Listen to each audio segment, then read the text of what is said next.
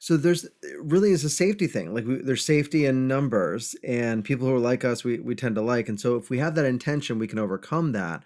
What is the end result? So when you go in, I imagine you bring in awareness, mindset, principles. What does that diversity focused, inclusion focused organization really look like in the end? It's a great question, and I think if I take a step back and what I've seen with organizations either we've worked with or we help out, there's really three things that they that are really telltale signs that they are truly an inclusive organization. So the first is the diversity of people, and to your exact point, diversity means a lot of things. It's not just diversity to us is the many similarities and differences of people. Period.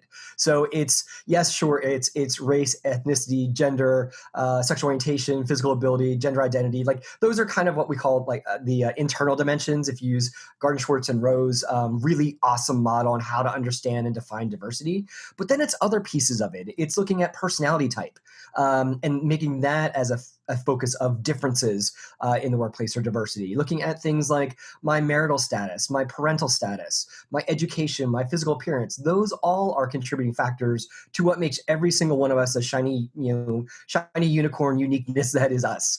And then things like our role within the organization. I'm in accounting, I'm in marketing. I've been here for 20 years. I've been here for 2 minutes. I was part of that merger and acquisition that happened. So that's kind of the lens I'm coming through things.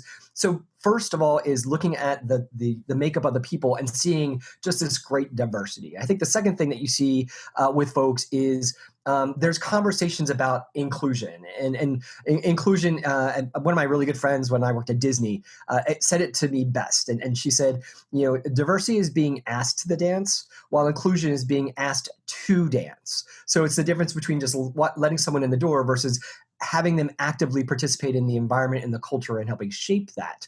And so smart organizations, they don't just have a diverse group, they actually engage those diverse individuals and get their perspective and have them be actively in the dance, if you will. And that's a really big, massive telltale sign of a successful organization. But then the third layer, and this is a fairly new area that folks are exploring, especially in the diversity and inclusion consulting space, and it's the concept of belonging. So what this is doing is shifting it around and making it about the employee or the member of the organization. And so it's that feeling that as a member of the group, I feel that my authentic self is honored, respected, and I belong in this workspace. And that's also and that's like I said, fairly new, but it's asking those folks, are you being respected? Is your authenticity valued here? And if they're saying yes, then that's a great organization that's truly thinking about inclusivity.